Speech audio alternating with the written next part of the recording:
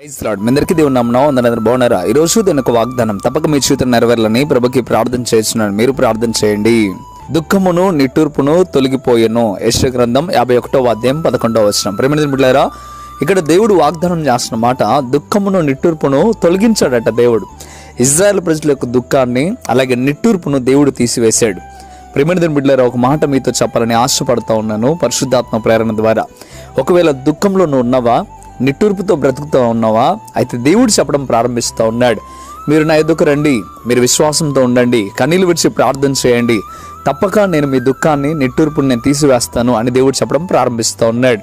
నువ్వు ఏ విషయంలో దుఃఖపడుతున్నావో అది ఈ లోకపరమైన దుఃఖపడకుండా ప్రభు దగ్గర కన్నీళ్ళు విడిచి నువ్వు ప్రార్థన చేయగలిగితే దేవుడు మేలు చేస్తాడు.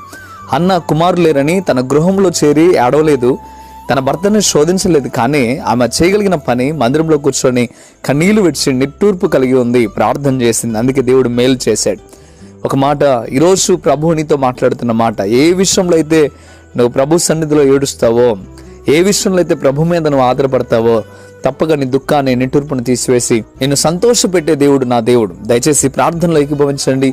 నిజంగా మీరు సంతోషంగా ఆనందంగా ఉండాలంటే ఇకనైనా వాగ్దానం ప్రకారం బ్రతకడం ప్రారంభించండి. ప్రతి విషయంలో దేవుని మీద సనక్కండా దేవుని మీద ఆధారపడుతూ విశ్వాసంతో ఉండండి. దేవుడు తప్పక మీ పట్ల వాగ్దానాన్ని నెరవేరుస్తాడు. మంచిది, ప్రార్థన చేద్దాం. ప్రార్థన. పరిశుద్ధుడా గొప్ప దేవుడు, మీకు లెక్కలేని స్తోత్రం నాయనా. అయ్యా, ఇజ్రాయెల్ ప్రజలు నీ మాట విన్నప్పుడు ప్రభువా మీకు లెక్కలేని స్తోత్రం. వారి దుఃఖాన్ని నిట్టూర్పును మీరు తీసివేశారు ప్రభువా. ఈరోజు వాగ్దానం విన్న ప్రతి బిడ్డ కూడా తమ దుఃఖాలను నైనా నిట్టూర్పులను మీరు తీసివేయండి. నీ దగ్గర లోబడతా ఉండగా వారి పట్ల మేలు చేయండి ప్రభువా. ప్రతి ఒక్క స్థితిగతుల్లో నీ బిడ్డలు నడిపించి దీవించి ఆశీర్వదించండి ప్రభువా. ఏ విషయంలో అయితే బాధపడుతున్నారో నీకు తెలుసు నాయన. వారి యొక్క చింత యావత్తు మీకు తెలుసు, ప్రతి ఒక్క బాధ మీకు తెలుసు, ప్రతి ఒక్క ఇబ్బంది మీకు తెలుసు ప్రభువా. నీ బిడ్డలందరి మీద నీ కరుణకు మరించి మేలు చేయమని బ్రతిమిలాడుతూ ఉన్నాను. Thank you lord. మీరు మా పట్ల ఎన్నో మేలులు చేశారు. మీరు చేసిన మేలును బట్టి వందనాలు. మీరు ప్రతి ఒక్క స్థితిగతుల్లో మమ్మల్ని నింపుతున్న విధానాన్ని బట్టి వందనాలు. ఇంకా నీ బిడ్డలను కూడా దీవించి ఆశీర్వదించమని యేసయ్యా, నమ్మిన వారి పట్ల మేలుడు చేస్తా అని చెప్పిన దేవుడు, నీ బిడ్డలందరూ నమ్మకంతో ప్రార్థనలు ఏకీభవిస్తూ ఉండగా వారిని దీవించి ఆశీర్వదించమని యేసయ్య నామంలో అడిగి వేడుకుంటున్నాము తండ్రి.